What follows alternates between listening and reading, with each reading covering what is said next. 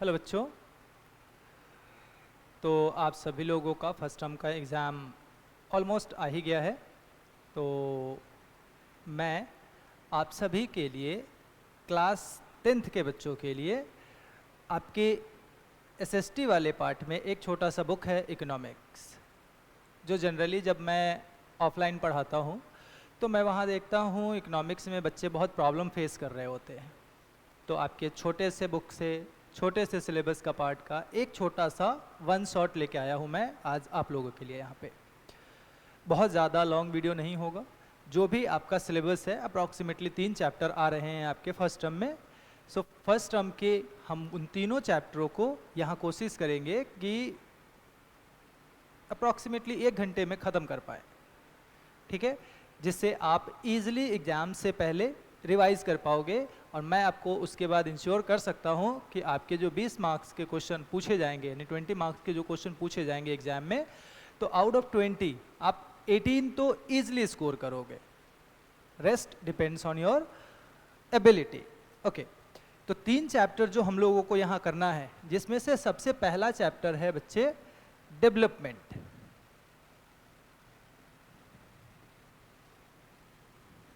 Fine, development. अब जब भी हम डेवलपमेंट की बात करते हैं तो हमेशा आप ध्यान रखना कि इसके साथ कुछ वर्ड एसोसिएटेड होता है, ठीक है, जिसमें से एक शब्द होता है ग्रोथ। ठीक है, ग्रोथ का मतलब क्या होता है? ठीक है, एक होता है growth and growth in income, growth in income. अब चाहे इसको आप सिंपली ग्रोथ बोलो या कंप्लीट ग्रोथ इन इनकम बोलो, दोनों का मतलब सेम ही होता है, ग्रोथ इन इनकम। यानी कि आपका इनकम लेवल या ग्रोथ इन जीडीपी, आपकी इकोनॉमी के जीडीपी में ग्रोथ। ठीक है, अब अगर मैं आपसे बात करूं जीडीपी क्या चीज है, तो जीडीपी होता है gross domestic production.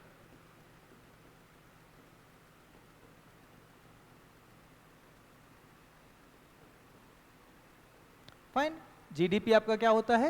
Gross domestic production होता है। और ग्रॉस डोमेस्टिक प्रोडक्शन क्या कहता है? इसको बाय डेफिनेशन अगर आप एक्सप्लेन करो तो ये होते हैं value of goods and services, goods and services produce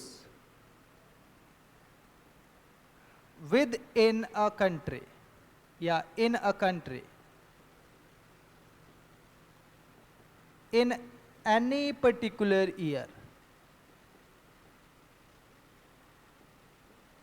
किसी एक साल में जो भी गुड्स एंड सर्विस प्रोड्यूस किए जाएंगे और उसकी जो वैल्यू होगी बेटा, उसको हम कहते हैं ग्रॉस डोमेस्टिक प्रोडक्शन या जीडीपी। तो जब भी हम ग्रोथ की बात करेंगे तो ग्रोथ का मतलब यहाँ पे क्या होगा कि जो आपकी जीडीपी है, जो प्रोडक्शन लेवल है आपकी इकोनॉमी में, आपके देश में, वो क्या हो गया है? बढ़ गया है। इतनी सी बात होती है। ठीक है, अब हम डेवलपमेंट को बेटा 2 कैटेगरी में बांटते हैं। एक होता है डेवलपमेंट में non economic development, non economic development, और दूसरा होता है बेटा इकोनॉमिक डेवलपमेंट।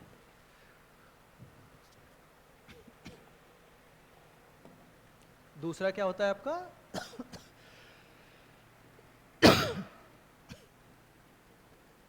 Economic development. एक हुआ नॉन इकोनॉमिक डेवलपमेंट, दूसरा हुआ इकोनॉमिक डेवलपमेंट।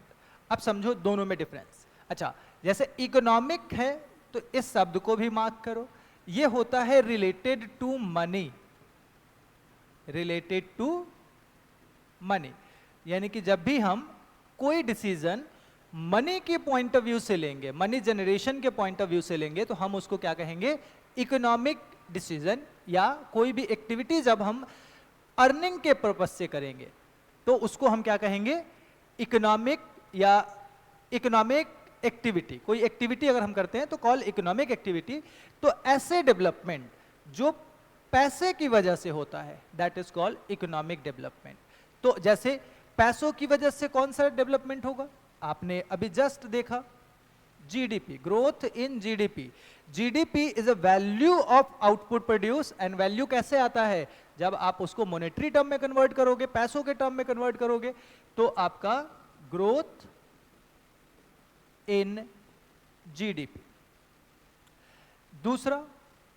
दूसरा कहता है कि आपका जो भी इकोनॉमी है उसमें per capita growth in GDP. अब पर कैपिटा क्या होता है, पर कैपिटा का मतलब होता है पर पर्सन। क्या होता है बेटा, पर person, sorry,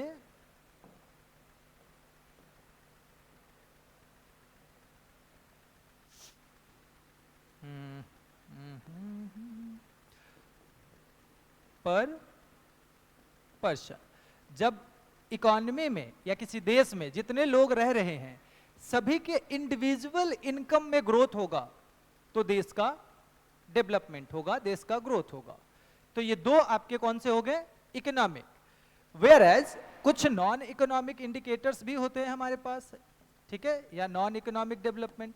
non economic development आप बताओ कौन से हो सकते हैं। अगर आप मान लो एक बार को कि आपके पास पैसा बहुत है, पैसा बहुत है, इतना पैसा है कि सब खरीद सकते हो, जिंदगी में मजे मजे चल रहा है, एकदम मौज काट रहे हो, पैसे इतना है, ठीक है, सनरूफ खोल के गाड़ी चला रहे हो, वादियों में घूमने जा रहे हो, ऐसा जिंदगी ऐस की चल रही है। लेकिन आपने क्या देखा कि आपके यहां लॉ एंड ऑर्डर सही नहीं है। क्या नहीं है, लॉ एंड ऑर्डर सही नहीं है। आप सनरूफ वाले कार लेके गए, आपको रास्ते में से किसी ने किडनैप कर लिया, तो क्या आपको डेवलप कहा जाएगा, क्या आप सिक्योर हो, नहीं हो।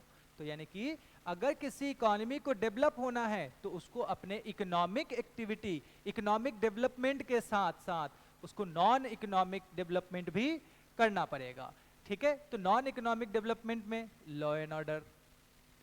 दूसरा क्या हो सकता है बेटा बताओ, आपका एजुकेशन अच्छा होना चाहिए, एजुकेशन, आपकी हेल्थ अच्छी होनी चाहिए, आप जिस एनवायरमेंट में रहते हो वो पॉल्यूशन फ्री होना चाहिए, पॉल्यूशन फ्री एनवायरमेंट होना चाहिए। तो तभी हम क्या कहेंगे कि भाई हम डेवलप्ड हैं या हम बेहतर कर रहे हैं, हम डेवलप हो रहे हैं या हम डेवलप्ड हैं।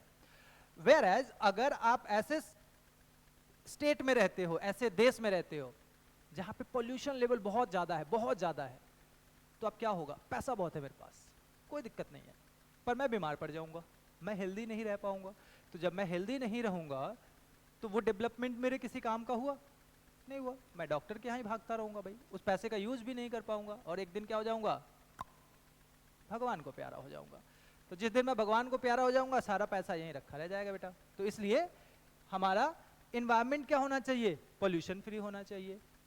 एंड अगेन अदर इज, और क्या हो सकता है नॉन इकोनॉमिक डेवलपमेंट के अंदर, नॉन इकोनॉमिक डेवलपमेंट में सोशल रिकॉग्निशन, सोशल रिकॉग्निशन या रिकॉग्नाइजेशन। सोशल रिकॉग्नाइजेशन इसका मतलब आपने वो सुना है, चार लोग क्या कहेंगे। हमारी जो पूरी जिंदगी है ना बेटा सिर्फ उन्हीं चार लोगों के अराउंड घूमती रहती है। हम हमेशा यही सोचते हैं कि पता नहीं वो चार लोग क्या कहेंगे, तो वो चार लोग जब अच्छा कहेंगे तो आपको बहुत अच्छा लगेगा, मजा आ जाएगा, एकदम सीना ऐसा चौड़ा चौड़ा सा हो जाएगा। तो इसको आप क्या कहोगे, अगेन नॉन इकोनॉमिक डेवलपमेंट का पार्ट है। हैप्पीनेस इंडेक्स, आप हैप्पी हैप्पी रहोगे। इसके अलावा और क्या हो सकता है, gender equality, gender equality, and one and most important, last but not least but most important, जे आपका डेमोग्राफिक, और better I say good demographic indicator, good demographic indicator. आपका डेमोग्राफिक इंडिकेटर कैसा होना चाहिए? अच्छा होना चाहिए। तो आप क्या माने जाओगे? डेवलप माने जाओगे।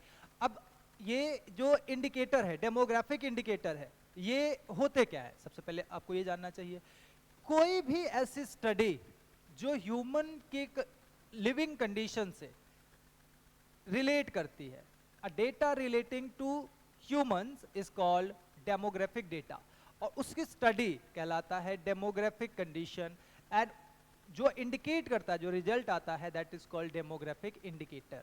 अब ह्यूमन से रिलेटेड कौन कौन से चीजें हो सकती है? सच एज, अब इसके अंदर बहुत सारे अलग से आ जाते हैं, ठीक है। अभी बस 2 मिनट में हम आपके सब्जेक्ट पे आएंगे, आपके चैप्टर पे, और 3 मिनट के अंदर सारा का सारा खत्म हो जाएगा। डेमोग्राफिक इंडिकेटर में क्या होता है? Birth rate, death rate, mortality rate, infant mortality rate,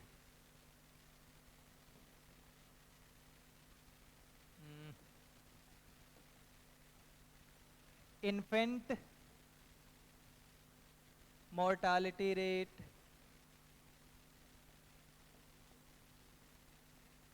ठीक है, mother mortality rate, mother mortality rate, MMR, IMR, birth rate, death rate, life expectancy at birth, ठीक है, enrolment ratio, net enrolment ratio, ठीक है। इसके अलावा और आपके पास एक दो इंडिकेटर्स आ जाते हैं जैसे जेंडर इक्वालिटी, ये सारे डेमोग्राफिक कंडीशन है। तो आप देख रहे हैं कि आपके पास नॉन इकोनॉमिक इंडिकेटर का पूरा एक गुच्छा सा बन गया है, वेरज इकोनॉमिक इंडिकेटर में सिर्फ 2 ही चीज है। तो अगर आपसे कोई पूछे कि भाई मेरी इनकम या एक देश की इनकम बहुत ज्यादा है, तो क्या वो देश डेवलप है?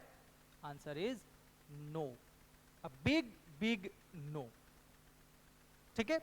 अच्छा, अगर मैं ये कहूं कि किसी देश की जीडीपी बहुत अच्छी है, जीडीपी बहुत अच्छी है, इंडिया की जीडीपी, इंडिया की जीडीपी, इंडियाज जीडीपी, जीडीपी, या कई जगह आपको इसको नेशनल इनकम ऐसे भी बोल देते हैं। GDP is not national income, but ऐसा स्लैश करके है, नेशनल इनकम।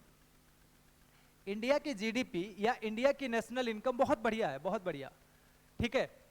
तो क्या ये एक बेहतर इंडिकेटर है? Again the answer is no, ठीक है। नेशनल इनकम डेवलपमेंट का इंडिकेटर वैसे भी नहीं होता। रीजन इज कि भाई अगर नेशनल इनकम मान लो इंडिया की $5 ट्रिलियन है, कितना है? $5 ट्रिलियन है। तो इस $5 ट्रिलियन का डिस्ट्रीब्यूशन कैसे है पॉपुलेशन में, हमको नहीं पता। इसमें 2-4 लोग हैं, एक अंबानी साहब है, कौन है? एक अंबानी साहब है, ठीक है। दूसरा कौन है? अडानी साहब है। इन्हीं 2 लोगों के पास जरूरत से ज्यादा पैसा है। एक जगह हम हैं, आप हैं, जिनके पास पैसा एज सच है नहीं या बहुत कम है। तो यहाँ पे सिर्फ नेशनल इनकम से बता पाना कि भाई ये इकोनॉमी के हर एक लोग अच्छे से रह रहे हैं, डेवलप है, तो ये मुमकिन नहीं है, ठीक है। तो दूसरा इंडिकेटर क्या होता है? तो जनरली बेटा इकोनॉमी में चीजों को जब देखा जाता है डेवलपमेंट के पर्सपेक्टिव से, तो हम यूज करते हैं per capita GDP, per capita GDP. अब ये आपको बताता है, जैसे मैंने अभी थोड़ी देर पहले बताया था, ये ऑन एन एवरेज एक इंडिविजुअल की इकोनॉमी के अंदर क्या होती है? इनकम, कि भाई टोटल जीडीपी इतनी है, तो इकोनॉमी में क्या है? पर इंडिविजुअल कितना पैसा डिस्ट्रीब्यूट हो सकता है या सबका शेयर कितना है, ठीक है। तो इसको अगर आपको निकालना हो पर कैपिटा जीडीपी, तो पर कैपिटा जीडीपी क्या आता है? जीडीपी अपॉन में पॉपुलेशन, ठीक है, जीडीपी अपॉन में पॉपुलेशन आ जाता है। तो ये बात हो गई। ये अभी तक जो आपने किया ना बेटा, ये सब एक ओवरव्यू था, ठीक है। मैंने ये ओवरव्यू आपको इसलिए दिया ताकि आप चैप्टर को बेहतर तरीके से समझ सके। अब चलते हैं हम अपने चैप्टर पे और देखते हैं चैप्टर क्या कहता है। अच्छा, उससे पहले आप पहले डेवलपमेंट समझ लो। डेवलपमेंट क्या होता है? डेवलपमेंट डेवलपमेंट का अगर डिसीजन मतलब डेफिनेशन आप देखो तो ये कहता है कि इट इज ओवरऑल या it represent overall well-being of a nation is called development. ठीक है, किसी एक नेशन का जब ओवरऑल वेल-बीइंग होता है ना बेटा, तो उसको क्या कहते हैं? डेवलपमेंट कहते हैं. तो अगर मैं ये कहूं कि सिर्फ इनकम बढ़ने से ओवरऑल वेल-बीइंग होगा, मैं खुश रहूंगा, answer is no. Overall wellbeing कब होगा? जब मैं सिक्योर्ड रहूंगा, मेरे पास पैसे होंगे, मैं लॉ एंड ऑर्डर बहुत अच्छा है, मुझे जस्टिस मिलेगा. ठीक है, तो बहुत सारे फैक्टर्स एक साथ जब आते हैं तब बनता है डेवलपमेंट. एंड हाँ, growth is just one important indicator of development. Because अगर आप देखो तो बिना इनकम ग्रोथ के, अगर मान लो आप कल को कमाना स्टार्ट करोगे, तो अगर आप अच्छी सैलरी नहीं कमाओगे तो आपका सेल्फ डेवलपमेंट होगा? ऑब्वियसली नहीं होगा. तो देशों के ऊपर भी ऐसे ही लागू होता है, इनकम आपको जनरेट करना ही पड़ेगा. ठीक है, तो इनकम एक इंडिकेटर हो सकता है इंपॉर्टेंट, लेकिन इनकम अपने आप में कंप्लीट डेवलपमेंट नहीं होता है. होप सो समझ में आया होगा. अब चलते हैं हम अपने चैप्टर पे. हमारा चैप्टर कहाँ है? चैप्टर यहाँ है चैप्टर. ठीक है, इस चैप्टर में देखो एक ओवरव्यू है, हम क्या क्या देखने वाले हैं. एक डेवलपमेंट देखने वाले हैं कि व्हाट डेवलपमेंट प्रोमिसेस. ठीक है, एक हम क्या देखने वाले हैं बेटा? डेवलपमेंट, कि हमको डेवलपमेंट क्या प्रॉमिस करता है. और क्या देखने वाले हैं? इनकम एंड अदर गोल देखने वाले हैं, नेशनल डेवलपमेंट देखने वाले हैं, and how to compare different country and state देखने वाले हैं, इनकम एंड अदर क्राइटेरिया देखने वाले हैं, पब्लिक फैसिलिटी देखने वाले हैं, और सस्टेनेबल डेवलपमेंट देखने वाले हैं. तो ये टोटल हमारे पास 7 टॉपिक है. तो इसलिए मैं बोलूंगा कि कुर्सी की पेटी लीजिए आप बांध और हम भरते हैं उड़ान. उड़ान टू आवर चैप्टर. ठीक है, चलो उड़ान टू आवर चैप्टर में. अब देखो, what development promises. Different people have different goals. बताने की जरूरत पड़ेगी क्या यार? मैं एक टीचर हूं, मेरा डिफरेंट गोल क्या होगा? मेरा यूट्यूब चैनल पे बहुत सारे सब्सक्राइबर हो जाए, मिलियंस में सब्सक्राइबर हो जाए, ये मेरा गोल है. आप स्टूडेंट हैं तो आपका क्या होगा? आपका ये होगा कि भाई साहब मेरे 10th में बहुत अच्छे नंबर आ जाए, सुमित सर इतना बढ़िया पढ़ा दे कि इकोनॉमिक्स में 20 में 20 आ जाए, है ना. दूसरे जो आपके टीचर होंगे जिससे आप पढ़ रहे होंगे वो इतना अच्छा पढ़ा दे कि ओवरऑल स्कोर आपका 100% आ जाए. तो ये आपका डेवलपमेंट गोल है. उसी तरह एक फार्मर है, फार्मर का डेवलपमेंट गोल क्या है? कि फसल बहुत अच्छी हो, अच्छी कीमत पे बिक जाए, पैसा आ जाए. बिजनेसमैन है, अंबानी साहब का गोल क्या होगा? कि वो अभी इंडिया के नंबर 1 है तो वो दुनिया के नंबर बन जाए. अडानी साहब का क्या होगा? भाई एशिया में नंबर 1 बन जाए, दुनिया में नंबर 1 बन जाए. तो हर इंसान का इकोनॉमी के अंदर क्या होता है? डिफरेंट डिफरेंट गोल होता है. Always remember. ठीक है, तो मैं क्या बोलूंगा यहाँ पे? Different promises. अच्छा, development promises real growth. Real growth means growth in income. Real growth means growth in income. अब क्या कहता है? यहां लिख भी दिया है, इनहेंसिंग टोटल इनकम. ठीक है, ये मैंने जस्ट थोड़ा देर पहले आपको बोर्ड पे समझाया था. And standard of living. Again, when your income increases, your standard of living will be increased. ठीक है, of a person. आगे कहता है कि different people have different development goal and development goals are vary from people to people. Just अभी बताया मैंने. For example में यहाँ पे एक छोटा सा एग्जाम्पल कुछ ऐसा है कि एक अर्बन फैमिली की एक लड़की है, गर्ल फ्रॉम अर्बन फैमिली. उसका गोल क्या हो सकता है? To go and study in abroad, to pursue higher study in abroad. Whereas उसी जगह अगर कोई एक रिच फैमिली से नहीं है, लोअर मिडिल क्लास फैमिली से आती है, पुअर फैमिली से है, गांव के एरिया में रहती है, रूरल एरिया में रहती है, तो उसका डेवलपमेंट गोल क्या होगा? कि भाई अपने गांव से निकल के अपने आसपास के शहर में जाके पढ़ाई कर ले, ठीक ठाक से एक नौकरी कर ले, ताकि अपने घर को सपोर्ट कर सके. तो इस तरह से अलग अलग लोगों के अलग अलग गोल्स होते हैं. ठीक है, चलिए अब देखो, इनकम एंड अदर गोल. आपका दूसरा मेजर हेडिंग क्या है? Income and other goal. Income and other goal में क्या होता है कि पीपल, देखो मैंने जैसे ही स्टार्टिंग में कहा आपको कि जब भी हम डेवलपमेंट की बात करेंगे तो डेवलपमेंट इज दो, इकोनॉमिक एंड नॉन इकोनॉमिक। ठीक है, तो इकोनॉमिक डेवलपमेंट मीन्स आप अपने इनकम को बढ़ाओगे, नॉन इकोनॉमिक डेवलपमेंट मीन्स जो अदर फैक्टर थे उसकी बात करेंगे। तो यहाँ पे people prefer earn more income, ठीक है, हम अपने इनकम को बढ़ा रहे हैं, fulfil their daily needs and all that, ठीक है। और नॉन इकोनॉमिक में क्या है, like freedom, security, respect from other, वो चार लोग, ये सब हमारे क्या है, नॉन इकोनॉमिक गोल है, ये ऑलरेडी बता चुका हूं मैं, ठीक है। Some companies provide less salary but offer regular employment which enhance sense of security, ठीक है।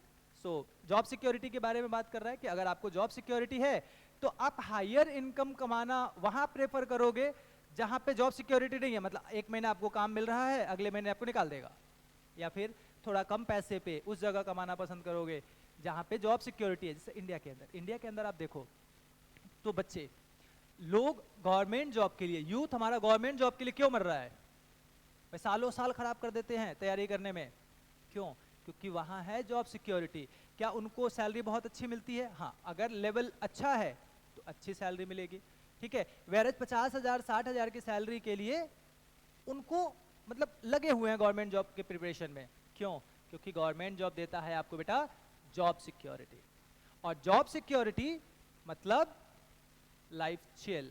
वेरेज प्राइवेट जॉब्स, जहां अगर आप अच्छे कॉर्पोरेट सेक्टर में अच्छे पोस्ट के लिए जाते हो तो आपको अच्छी सैलरी भी मिलती है, लेकिन वहां कोई गारंटी नहीं होता कि आपको कब निकाल देगा, तो इसलिए जॉब इनसिक्योरिटी की वजह से लोग वहां पे नहीं जाते हैं, ठीक है। अब other cases like this, national development की अगर बात करें, here it is national development again, अब अपने डेवलपमेंट के टॉपिक पे आ गए हैं। नेशनल डेवलपमेंट का मतलब क्या हुआ, national development means overall development of a citizen, वहां के रहने वाले लोगों का ओवरऑल डेवलपमेंट हो, तो हम उसको क्या कहेंगे, नेशनल डेवलपमेंट कहेंगे। ये हम पहले भी डिस्कस कर चुके हैं, मैंने आपको बता दिया था थोड़ी देर पहले बोर्ड पे, ठीक है। National development refers to ability of nation to improve standard of living of its citizen. जब अपने सिटीजन्स की स्टैंडर्ड, लाइफ स्टैंडर्ड को हम इंप्रूव कर देते हैं तो that indicates development in a country, ठीक है। अमीर से गरीब हो जाना है, हाँ, अमीर से गरीब हो जाना है, नहीं भाई, गरीब से अमीर होना है, पैसा इतना कमाओ कि अमीर हो जाओ।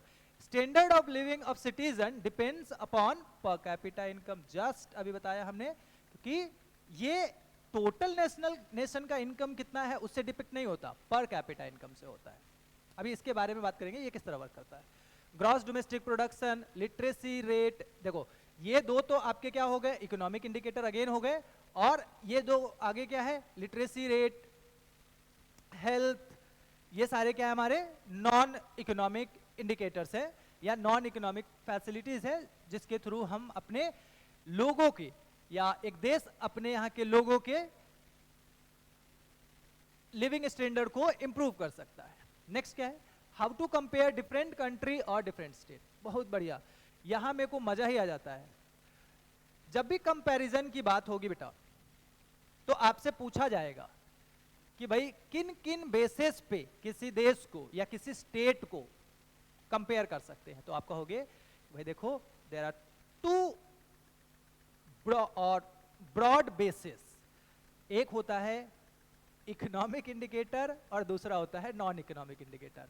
आप कहोगे हंस रहे हैं सर, हंस इसलिए रहा हूं क्योंकि मैं ये इकोनॉमिक और नॉन इकोनॉमिक जब से मैं आपके लिए वीडियो बना रहा हूं तब से 10 बार बोल चुका हूं, इसलिए मैं हंस रहा हूं क्योंकि हर जगह वही आ रहा है, ठीक है।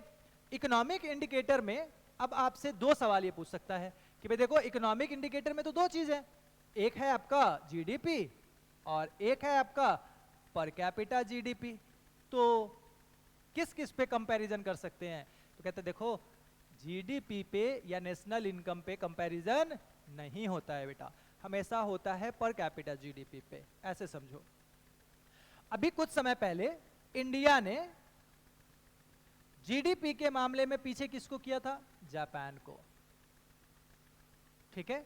अब दोनों की इकोनॉमी, इंडिया की इकोनॉमी 4.2 ट्रिलियन है, जापान की इकोनॉमी 4 ट्रिलियन है मान लो, तो अब मैं ये कहूं कि क्या इंडिया के लोगों का वेलबीइंग या लाइफ स्टैंडर्ड जापान के लोगों से बहुत अच्छा है? आप कहोगे कि सर नहीं। क्यों? क्योंकि इंडिया का पॉपुलेशन कितना है बेटा? 150 करोड़, और पूरे जापान का पॉपुलेशन कितना होगा यार? 1 करोड़ होगा। तो अब 4.2 ट्रिलियन पैसा जो है वो 150 करोड़ लोगों में बटेगा, और 4 करोड़ मतलब 4 ट्रिलियन जो आपका डॉलर है, 4 ट्रिलियन डॉलर जो पैसा है वो 1 करोड़ लोगों में बटेगा। तो बताओ कहाँ के लोगों की इनकम बहुत ज्यादा हुई? जापान की। और जब जापान के लोगों की इनकम ज्यादा हुई बेटा, तो लाइफ स्टैंडर्ड किसका बेटर हुआ? जापान की। ऑब्वियस सी बात है यार। ठीक है, तो सिर्फ नेशनल इनकम पे ये बता पाना बहुत ज्यादा मुश्किल होता है। अगर मैं सिंपल ऐसे कह दूं कि जापान का जो जीडीपी है वो 4 ट्रिलियन की है, इंडिया की 4.2 ट्रिलियन की है, तो आप कह दोगे यार इंडिया तो एकदम मस्त है भाई, जापान से ज्यादा है। लेकिन रियलिटी इज डिफरेंट। रियलिटी क्या है कि वहां के लोगों का जो लिविंग स्टैंडर्ड है उसमें जमीन और आसमान का फर्क है। ठीक है, और ये डिफरेंस क्यों आता है? Because of different level of population. Different level of population, ये जो पॉपुलेशन अलग अलग है ना, ये डिफरेंस इसके लिए आता है। तो ये जो पॉपुलेशन का डिफरेंस को एडजस्ट करके जब हम बात करते हैं तो बात करते हैं पर कैपिटा में, और वहां पे हम वो पॉपुलेशन का डिफरेंस एडजस्ट कर देते हैं, इसलिए हम कंपेयर कर पाते हैं और इजीली देख पाते हैं कि नहीं, सिर्फ एब्सोल्यूट वैल्यू में जीडीपी ज्यादा हो जाने से कोई देश बेहतर नहीं हो जाता। इंडिया और जापान इसका एक बहुत ही बढ़िया ब्यूटीफुल एग्जाम्पल है। आप एग्जाम में कोट भी कर सकते हैं इसको। चलो अब देखो, यहाँ पे कहता है we can compare different country और different state on the basis of per capita income. ठीक है, किस पे? पर कैपिटा जीडीपी पे आप क्या कर सकते हो? कंपेयर कर सकते हो। आगे कहता है we can not take national income, just अभी बताया, national income to compare different country because of country has different population. Population कैसा है? डिफरेंट डिफरेंट है। तो जब पॉपुलेशन डिफरेंट डिफरेंट है बेटा, तो वो क्या करेगा? आपका लिविंग स्टैंडर्ड में डिफरेंस क्रिएट कर देगा। ठीक है, शक्तिमान बना देगा। चलो, पर capita income of a country shows standard of living of a citizen of particular country. This is not company, this is country.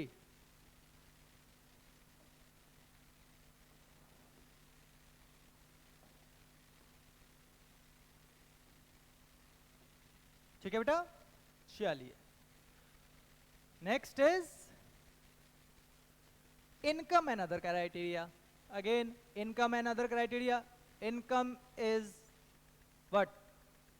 Economic indicator या economic development, and other criteria is non economic development. So यहां पे क्या हो जाएगा? Economic में development,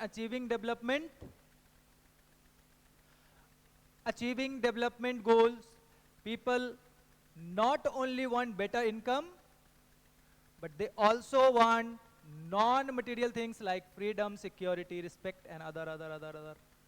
again वही बातें लिखी हुई हैं। per capita income of selected state। अब बेटा यहां पे हम कर रहे हैं कंपैरिजन। ये आपके बुक में एक ब्यूटीफुल सा कंपैरिजन दिया हुआ है। कंपैरिजन क्या है?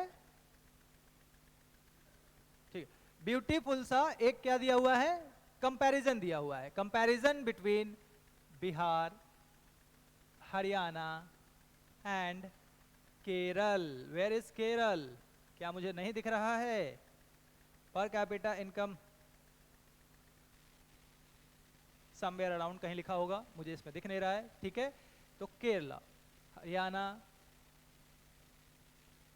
ठीक है, हरियाणा, केरला एंड बिहार, इनके बीच में हमको एक यहाँ पे कंपैरिजन देखने को मिलता है। ठीक है, सो देखो अब अगर हम कंपैरिजन की बात करें, सबसे पहले पर कैपिटा इनकम की बात कर लेते हैं। तो पर कैपिटा इनकम वैसे तो इंडिया के अंदर सबसे ज्यादा पंजाब का है, लेकिन चूंकि यहाँ पे कंपैरिजन हम कर रहे हैं किसका? हरियाणा, बिहार और केरल का। तो इन तीनों में सबसे ज्यादा जो इनकम है वो आता है हरियाणा का। सबसे ज्यादा इनकम किसका है? हरियाणा का। Now Kerala and now Bihar. Bihar is a lowest पर capita income among these 3 state. इतनी बात ध्यान में आ गई? चलो अब एक ब्यूटीफुल चीज बताता हूं आपको। आपके क्लास में ना डेटा का कोई रेलिवेंसी नहीं है। हमको नंबर वहां नहीं लिख के देना कि पर कैपिटा जीडीपी बिहार का कितना है, हरियाणा का कितना है, केरल का कितना है, कितना भी हो मेरे को क्या फर्क पड़ता है। मुझे बताना है बस हाईएस्ट किसका है, लोएस्ट किसका है, बस इतना सा बताना है गुरु, और हमारा काम हो जाएगा। ठीक है, तो जब मुझे इतना सा ही बताना है तो मैं क्या करूंगा, एक सिनेरियो क्रिएट करूंगा जिससे मैं इसको इजीली याद कर सकूं। तो उसको मैं आपको याद दिलवा देता हूं। चलो, यही मेरा काम है और यही मेरी पूजा है। पूजा कहीं भी याद आ जाती है भाई। चलो देखो, मेरा काम ही मेरी पूजा है, मेरी पूजा ही मेरा काम है।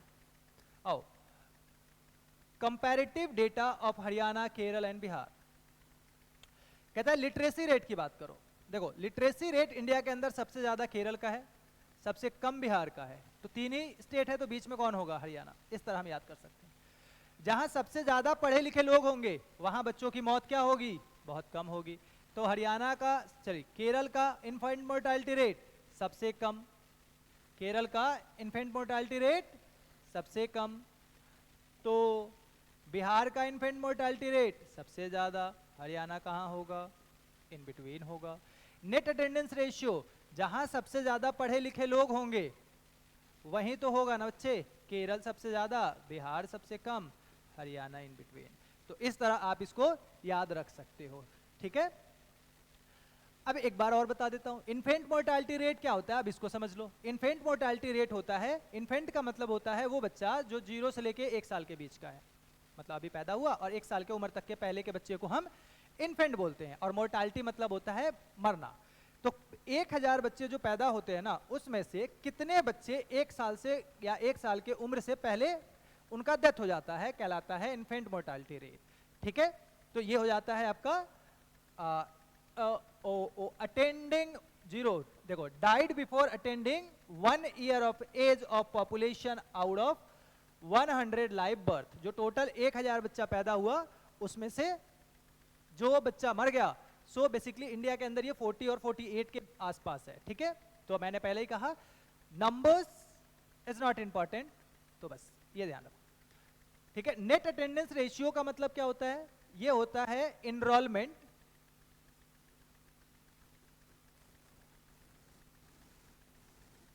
इन प्राइमरी एंड सेकेंडरी एजुकेशन। ठीक है, प्राइमरी और सेकेंडरी एजुकेशन में कितना इनरोलमेंट है ये कहलाता है नेट अटेंडेंस रेशियो, या प्रेजेंस कितने हैं बच्चों के।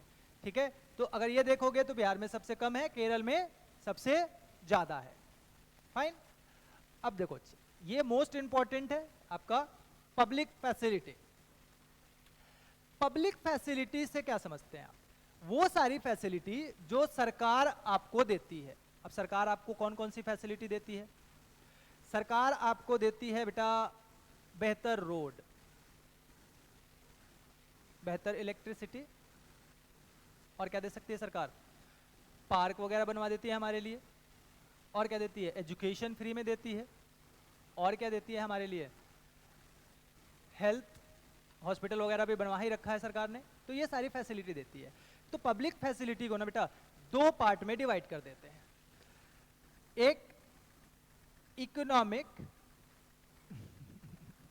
एंड नॉन इकोनॉमिक, इकोनॉमिक और दूसरा नॉन इकोनॉमिक।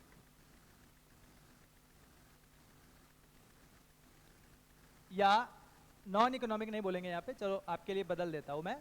आप भी कह रहे होगे कि यार सर उस समय से इकोनॉमिक नॉन इकोनॉमिक किए जा रहे हैं।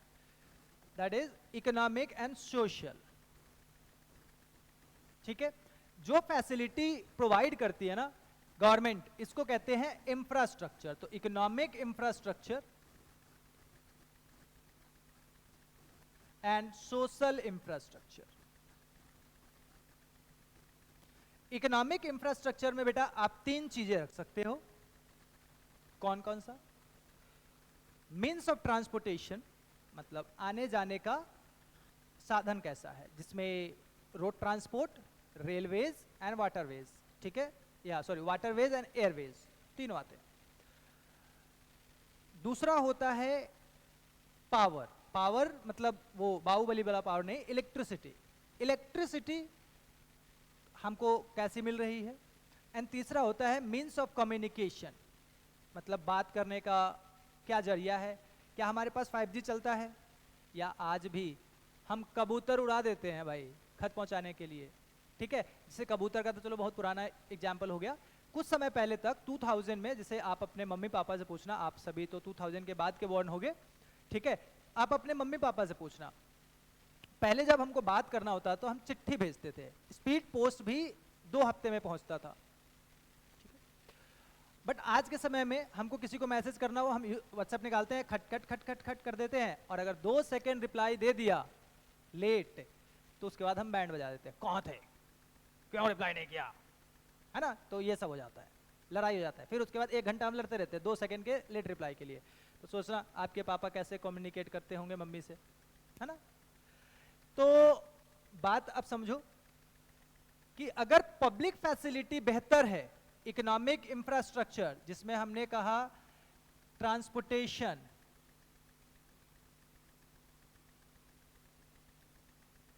कम्युनिकेशन,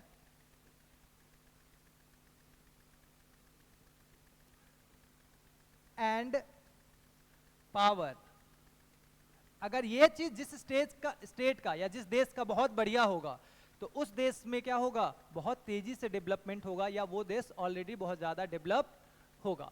अब कैसे डेवलप होगा, मान लो ट्रांसपोर्टेशन है, ट्रांसपोर्टेशन फैसिलिटी ही बेहतर नहीं है, तो क्या यहाँ फैक्ट्री लगेगी, नहीं लगेगी। फैक्ट्री नहीं लगेगी तो रोजगार मिलेगा, नहीं मिलेगा। रोजगार नहीं मिलेगा तो लोग कैसे होंगे, गरीब होंगे, तो डेवलपमेंट नहीं हुआ। स्टैंडर्ड ऑफ लिविंग नहीं बढ़ा। सिमिलरली कम्युनिकेशन नहीं है, कोई कंपनी आना चाहती है लेकिन आपको कम्युनिकेट करने के लिए लेटर भेजना पड़ेगा, बहुत स्पीड पोस्ट से जाएगा तब भी 1 दिन लगेगा, 2 दिन लगेगा। तो बेटा जब 1 दिन 2 दिन लगेगा तो आप मुझे ये बताओ 1-2 दिन में कितना सारा काम कर सकती है। अभी व्हाट्सएप है, मेल है, फटफट फटफट ऐसे क्लिक किया, टिक टिक टिक टिक टिक भेज दिया, तुरंत आ गया रिप्लाई, तुरंत हो गया काम, ठीक है। तो कम्युनिकेशन बेहतर नहीं होगा तो कंपनीज नहीं आएंगी, कंपनी नहीं आएंगी तो फिर वही रोजगार नहीं मिलेगा, रोजगार नहीं मिलेगा तो लोग गरीब होंगे। पावर की बात करते हैं, पावर की बात करते हैं तो पावर मतलब ट्रांसपोर्टेशन, सॉरी पावर मतलब इलेक्ट्रिसिटी। मान लो फ्रिक्वेंटली इलेक्ट्रिसिटी फ्लक्चुएशन होता है, आपने काम स्टार्ट किया, लाइट कट गई, वाह, मजदूरों को मजा ही आ गया।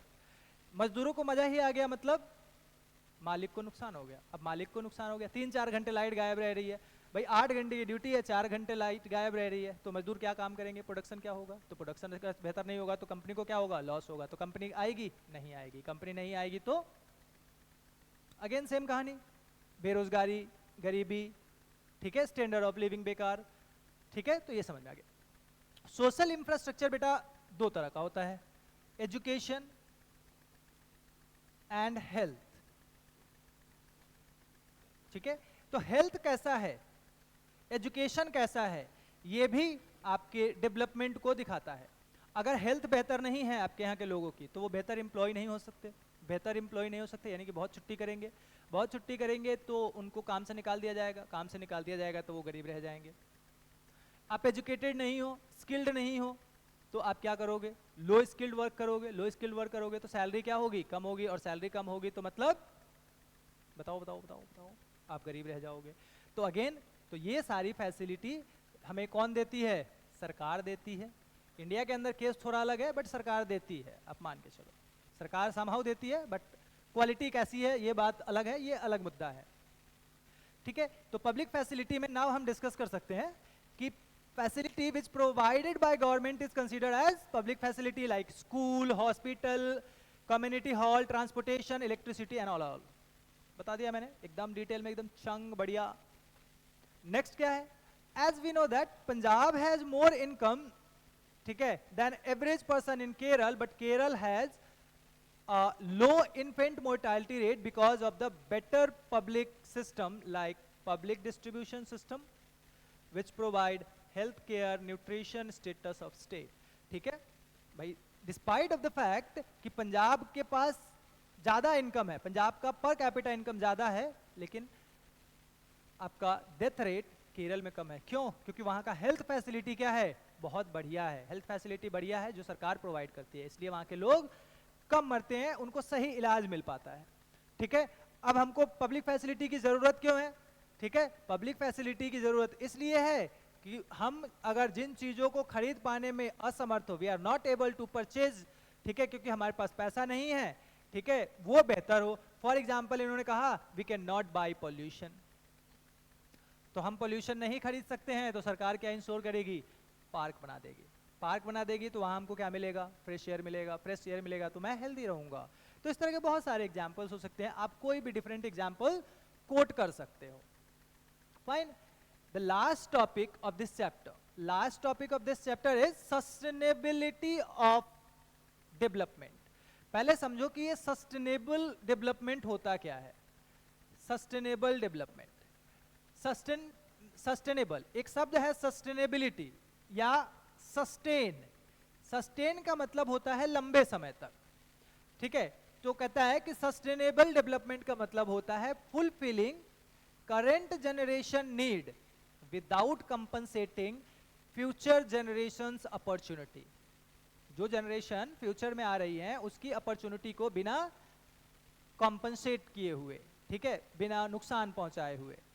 बात समझ में आ गया? अब देखो, मान लो हम पेट्रोल यूज कर रहे हैं, दबा के यूज कर रहे हैं एकदम, बस तुम मजा मजा, गाड़ी चला रहे हैं एकदम उड़ा के, प्लेनें उड़ रही हैं, ये उड़ रही हैं, 25-30 साल में पेट्रोल खत्म।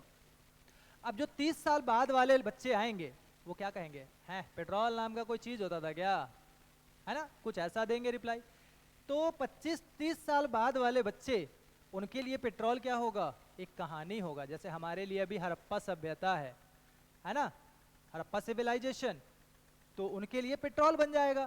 तो कहता है देखो ऐसा नहीं होना चाहिए, आप ऐसे यूज करो कि वो जो पेट्रोल है, वो जो रिसोर्स है, वो लंबे समय तक चले और नेक्स्ट जनरेशन को भी उसका बेनिफिट मिले।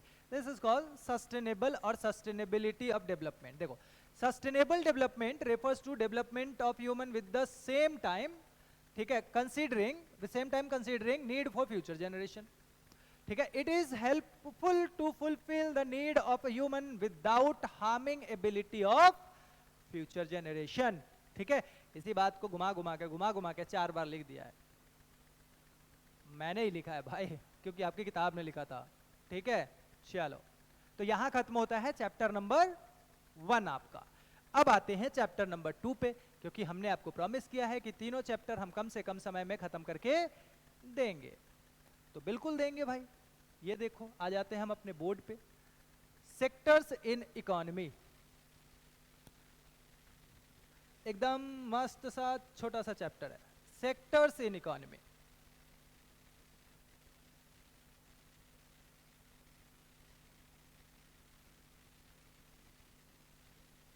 पहले एक छोटा सा समरी देखते हैं, फिर हम चलेंगे अपने चैप्टर पे, जैसे पहले चैप्टर में किया था। देखो बच्चे, सेक्टर्स की अगर मैं बात करूं तो इकोनॉमी में फिलहाल आपके लिए 3 सेक्टर है, प्राइमरी, सेकेंडरी एंड टर्सरी। ठीक है, प्राइमरी, सेकेंडरी और टर्सरी। ठीक है, आप कहोगे कि सर आपने ऐसा क्यों लिख दिया? सही बताऊं, टर्सरी लिखना नहीं आता मेरे को आज तक। ठीक है, टर्सरी, प्राइमरी, सेकेंडरी और टर्सरी सेक्टर। अब प्राइमरी समझो, प्राइमरी सेक्टर वो सेक्टर्स होते हैं जो आउटपुट प्रोड्यूस करते हैं। ठीक है, produce output and they are produced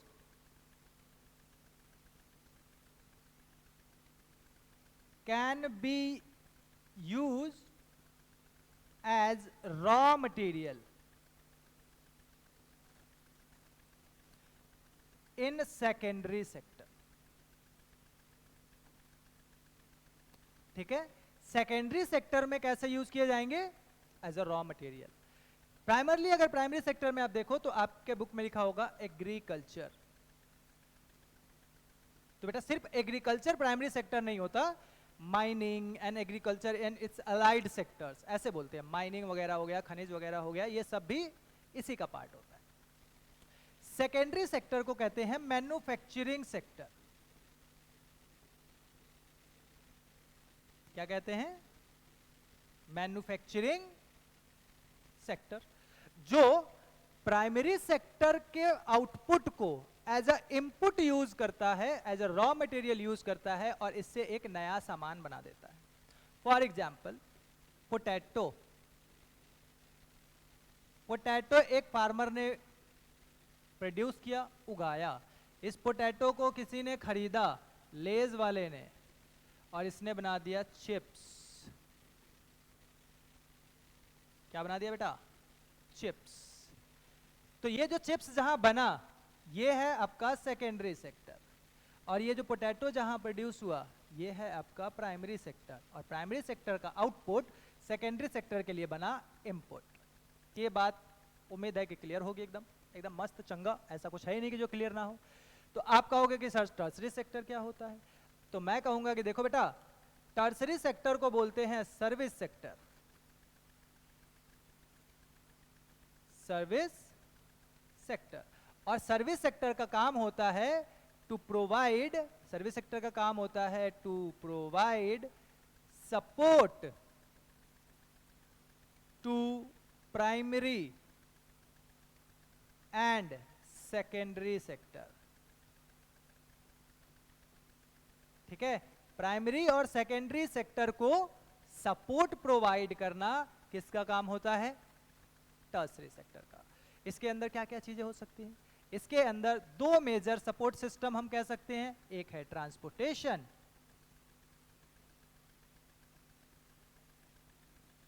और दूसरा है बैंकिंग। इसके अलावा और भी चीजें होती हैं। ठीक है, तो ये बेसिक एक सेक्टर का ओवरव्यू हुआ। अब चलते हैं अपने चैप्टर पे। चैप्टर में देखते हैं क्या चीज है, फिर उसके हिसाब से आगे फर्दर डिस्कस करेंगे। चलिए, तो इसमें बेसिकली हमारे पास चार मेजर टॉपिक है। Three sector economy. इकोनॉमी के तीनों सेक्टर कौन कौन से हैं हमारे पास? Three sector economy. Comparison of three sector economy, difference between organised and unorganised sector, fine, ये भी डिस्कस कर लेंगे। Classification of economic activity. चलिए, तो ये छोटे छोटे टॉपिक है यार, बस 10 मिनट में निपटा दूंगा। इकोनॉमिक एक्टिविटी, देखो बेटा, इकोनॉमिक एक्टिविटी की अगर बात करोगे ना, तो ये इकोनॉमिक एक्टिविटी मोटा मोटा 3 होता है। इकोनॉमिक एक्टिविटी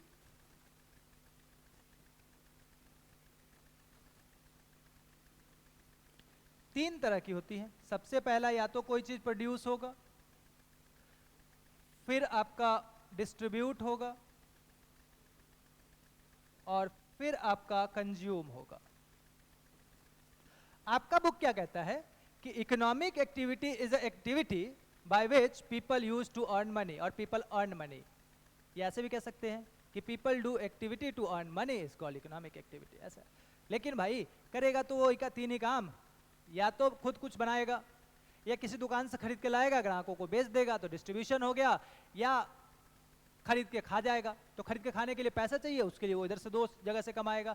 तो यानी कि जब तक बिकेगा नहीं तो बेचेगा क्या, है ना। तो 3 तरह की कुल एक्टिविटी होती है। ठीक है, अब आते हैं आपके बुक के डेफिनेशन पे।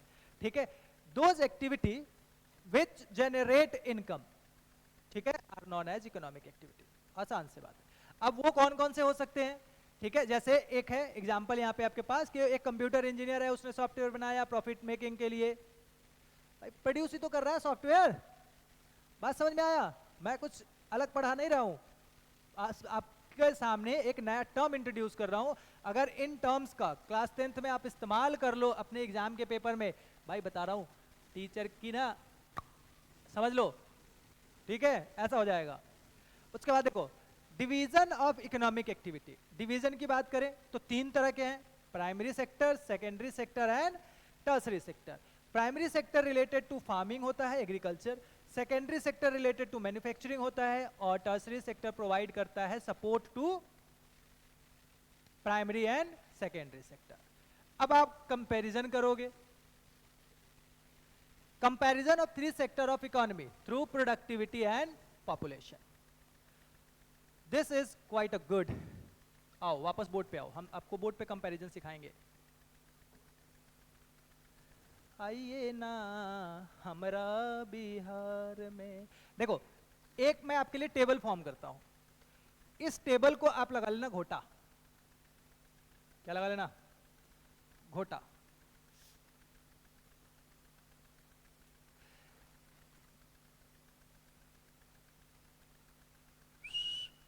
जीडीपी, एम्प्लॉयमेंट,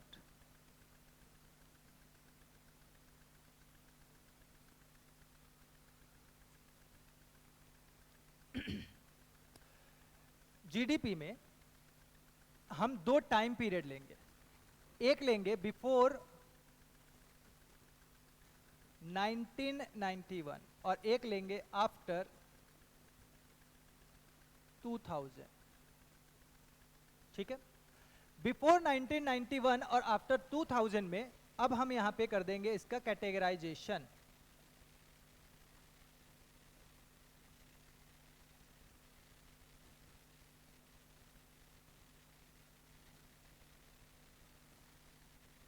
अब यहां देखो, यहां बोलूंगा मैं प्राइमरी,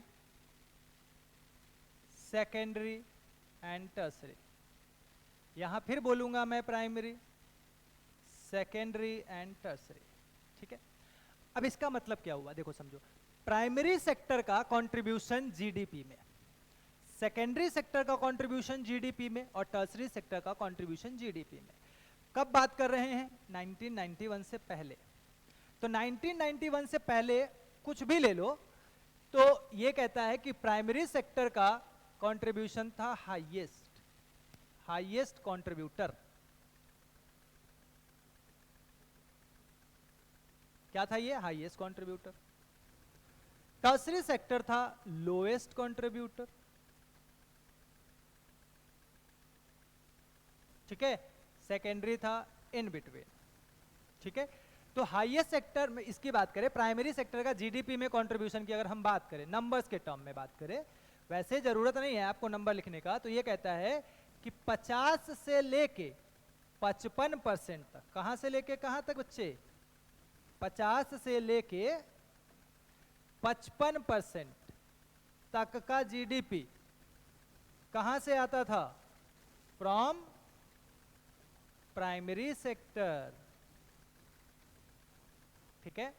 वहीं अगर हम सेकेंडरी की बात करते हैं तो इट वाज 20%. अच्छा, this is not lowest. Service sector was not lowest. Service secondary sector was lowest contributor to GDP which is 20% और 20 से 23%.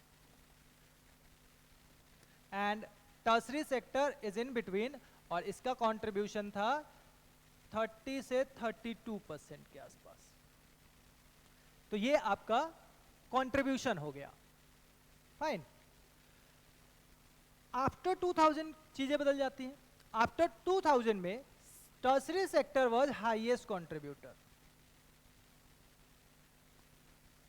Agriculture was lowest and secondary again in between है. ठीक है. अब देखो यहां से आता है 53 से 55% इंडिया का जीडीपी.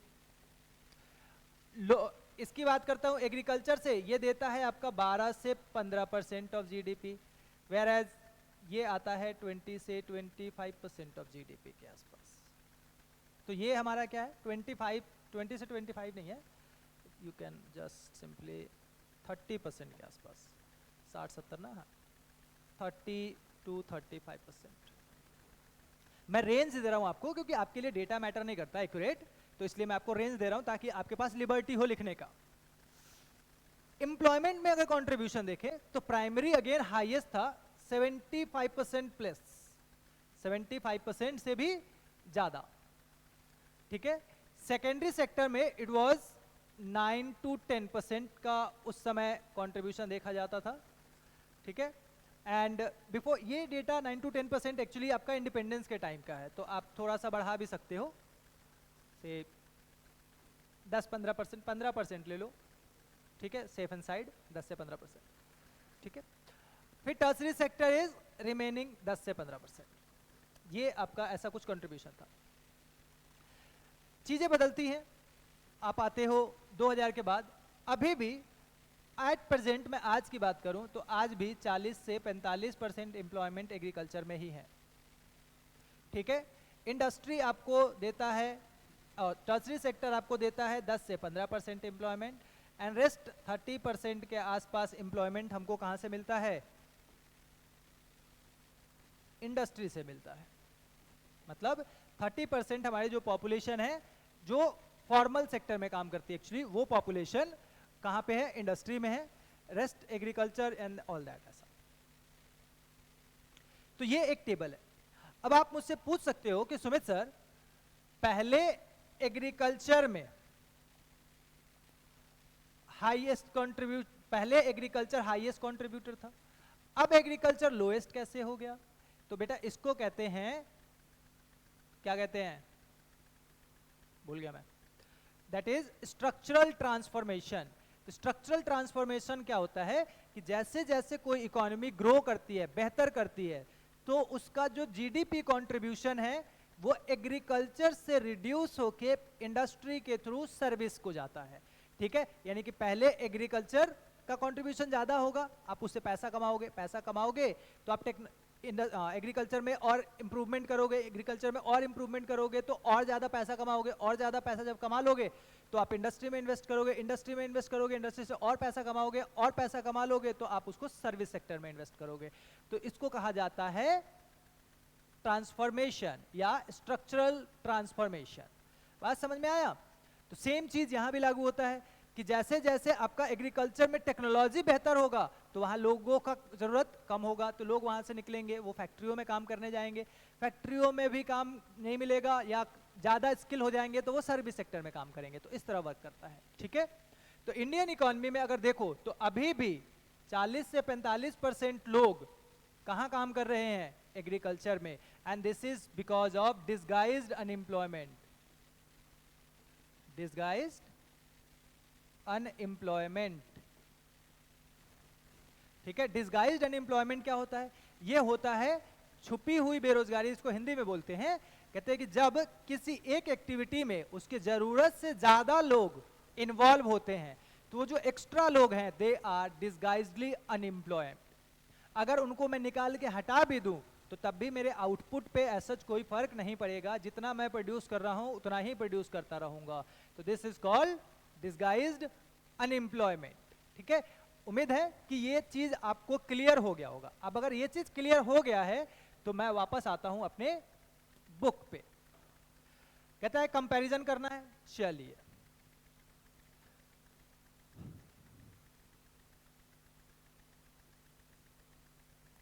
चलो। Comparison of 3 sectors of economy through productivity and population, fine.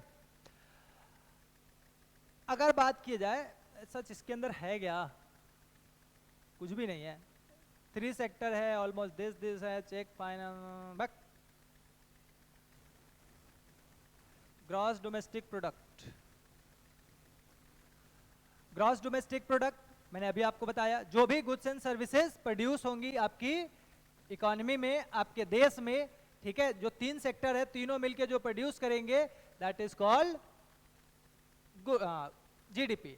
A value of final goods and services, value होगा, ठीक है। Goods and services produced in all 3 sector during a particular year is called GDP. अब आप कहोगे Sumit sir आपने तो all 3 sector कुछ बोला ही नहीं था, आपने कहा था value of goods and services produced in an economy. ए भाई सेक्टर वा भी तो इकोनॉमी के अंदर है, ठीक है। तो तीनों सेक्टर का अलग अलग यहाँ पे बोल रहे हैं, आप लेके एक साथ जोड़ दो तो क्या हो जाएगा? इकोनॉमी का टोटल प्रोडक्शन हो जाएगा। यार कैसी बात कर रहे हो?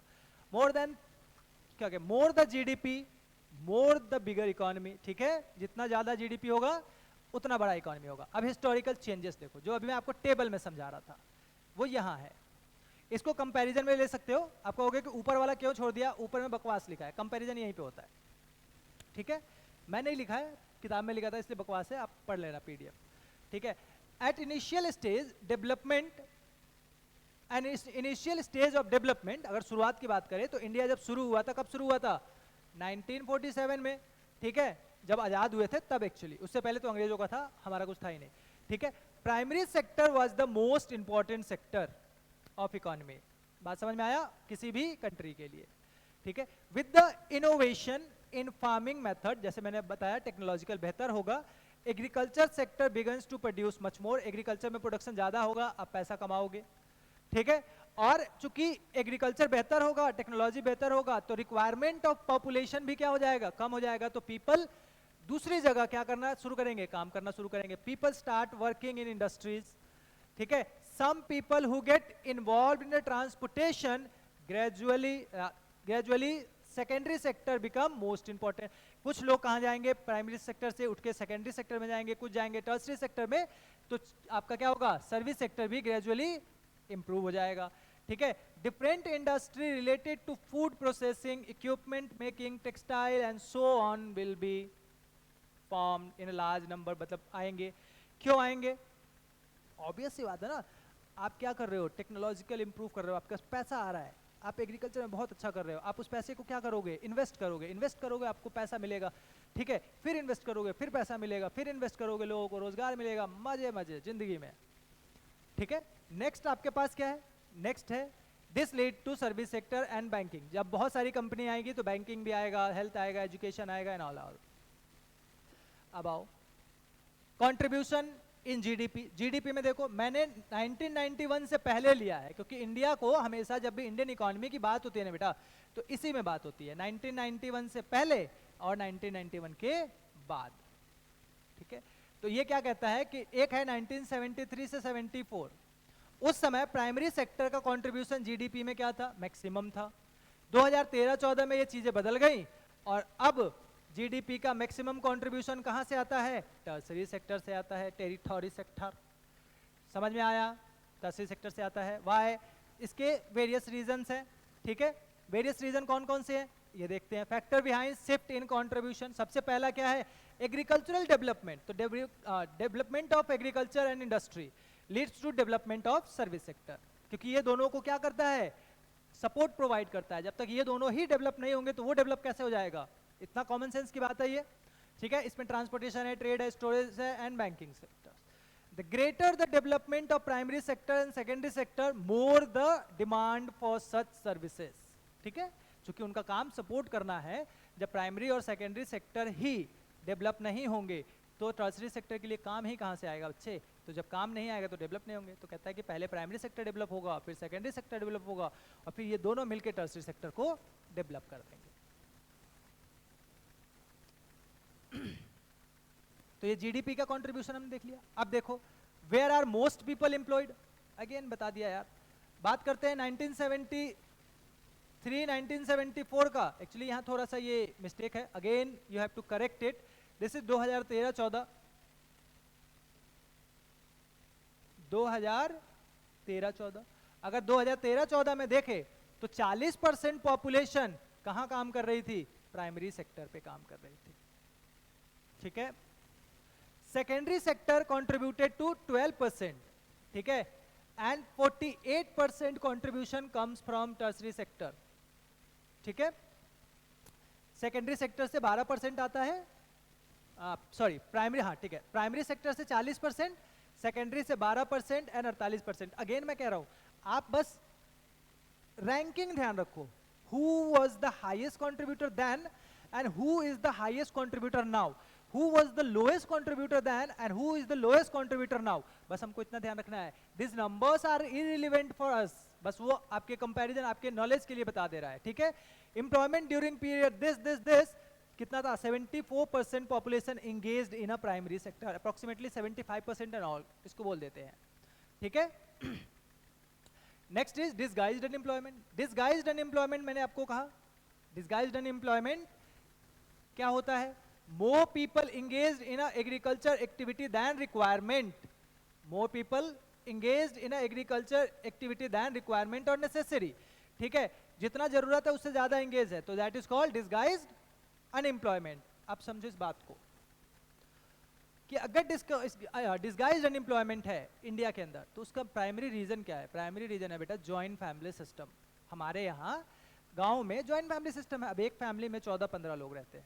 अब वो जो 14-15 लोग हैं ना बेटा, वो क्या होता है कि एक ही प्लॉट ऑफ लैंड पे जो फैमिली लैंड है उसी के ऊपर काम कर रहे होते हैं, that is called disguised unemployed. जबकि होना ये चाहिए था कि एक या दो लोग उस पर काम कर लेते, एक कोई 2 मेल मेंबर हो जाता, बाकी एक्स्ट्रा मेल मेंबर किसी और जगह जाके काम करते तो वो एक्स्ट्रा अर्निंग जनरेट कर पाते हैं। That's why it's called disguised, क्योंकि वो कहीं और काम करते तो पैसा मिलता, जबकि आप अपने लैंड पे ही काम कर रहे हो तो उतना ही प्रोड्यूस हो रहा है जितना 2 लोग मिलकर प्रोड्यूस कर सकते थे।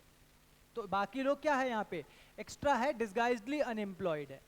ठीक है, this kind of unemployment is a hidden contrast to someone who does not have job. ठीक है, यानी कि जो काम नहीं करना चाहते, जिनको काम करने का मन नहीं है, जिनके पास ना काम धंधा है नहीं कुछ, तो लगे हुए हैं कि हाँ भाई हम काम कर रहे हैं, खेत में काम कर रहे हैं। ठीक है, अब देखो तो ये it's all about this. Now हमारे पास क्या है, how to create employment, employment को कैसे क्रिएट किया जाए। तो बेटा इसके ना 2 तरह के टेक्निक्स होती हैं। एक होता है बेसिकली एम्प्लॉयमेंट क्रिएट कौन करती है, गवर्नमेंट करती है। तो गवर्नमेंट इसके लिए 2 तरह के प्रोग्राम ला सकती है। एक होता है एम्प्लॉयमेंट जनरेशन, एम्प्लॉयमेंट जनरेशन, और दूसरा होता है self employment.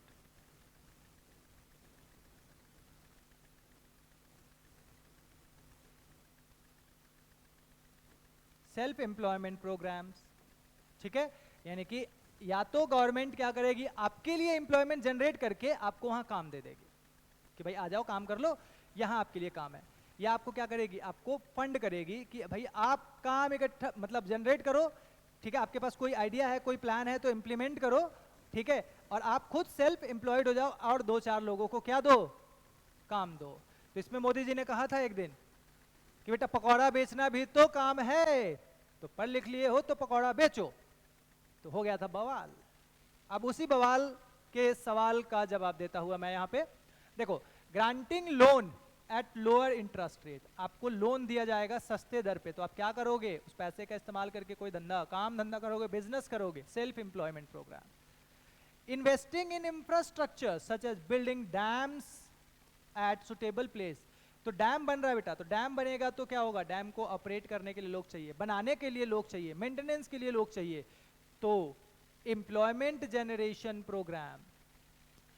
Increasing efficiency of transportation and storage, भाई एफिशिएंसी इंक्रीज होगा ट्रांसपोर्टेशन का, स्टोरेज फैसिलिटी का, अगेन एम्प्लॉयमेंट जनरेशन प्रोग्राम।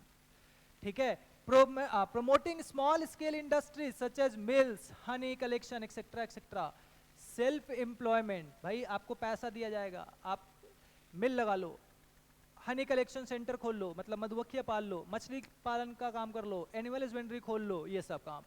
ठीक है, emphasis on education and training centre. ठीक है, सेल्फ, जैसे देखो इंडिया के अंदर एक आयरनी क्या है बेटा, आपको पता है, इंडिया का मेजर चंक, जो मेजर एजुकेटेड चंक है ना, वो एजुकेटेड तो है बट स्किल नहीं है, अनस्किल एजुकेटेड लेबर फोर्स है हमारा। ठीक है, जिसकी वजह से कॉरपोरेट सेक्टर में या फिर प्राइवेट सेक्टर में उनको जॉब नहीं मिल पाता है।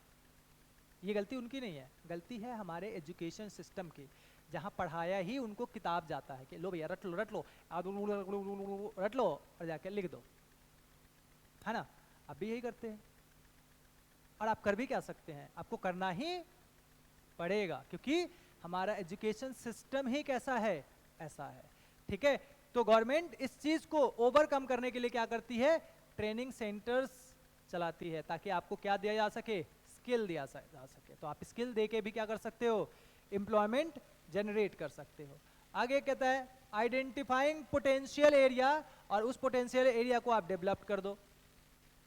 ठीक है भाई, पोटेंशियल एरिया अलग अलग टाइप के हो सकते हैं, जैसे झारखंड है, झारखंड में पोटेंशियल क्या है कि वहाँ इंडस्ट्री लगाई जा सकती है, क्यों, क्योंकि वहाँ मिनरल्स बहुत ज़्यादा हैं, कोल है, आयरन है, सो एंड सो है। ठीक है, कश्मीर का अलग पोटेंशियल है, कश्मीर का पोटेंशियल क्या है, टूरिस्ट हब बनाया जा सकता है ना। तो हर एक रीजन का अपना एक क्वालिटी होता है, उस क्वालिटी को आइडेंटिफाई करो, उसको डेवलप कर दो। यहाँ पे एक एरिया का एग्जांपल दिया है कि उसको आप टूरिस्ट साइट में कन्वर्ट कर दो। फिर कहता है government welfare schemes like making a pump near farm house. ठीक है, आपको सब्सिडी प्रोवाइड की जाए इलेक्ट्रिसिटी पे, पंप्स पे, ताकि आप इजली अपने खेतों को पानी दे सके, इरिगेशन प्रोग्राम या इरिगेट कर सके, ताकि आपका जो फसल है, ठीक है, फार्मिंग है, वो वेदर डिपेंडेंट नहीं हो कि भाई बारिश अगर नहीं हुआ तो फसल खराब हो जाएगा, ऐसा नहीं हो। तो वहां से भी आप अच्छा इनकम जनरेट कर सकते हैं। And one of the most important question and favourite question asked in your examination, MNREGA, Mahatma Gandhi national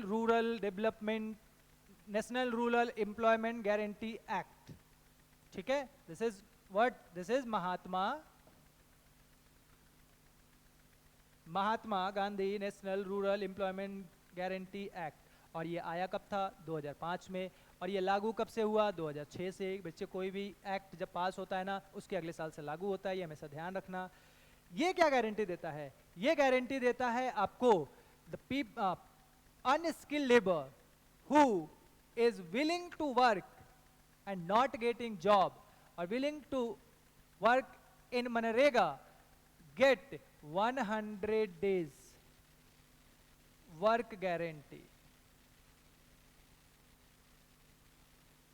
100 days work guarantee देता है आपको। अगर आपको ये काम नहीं प्रोवाइड करा पाए तो आपको देंगे कंपनसेशन।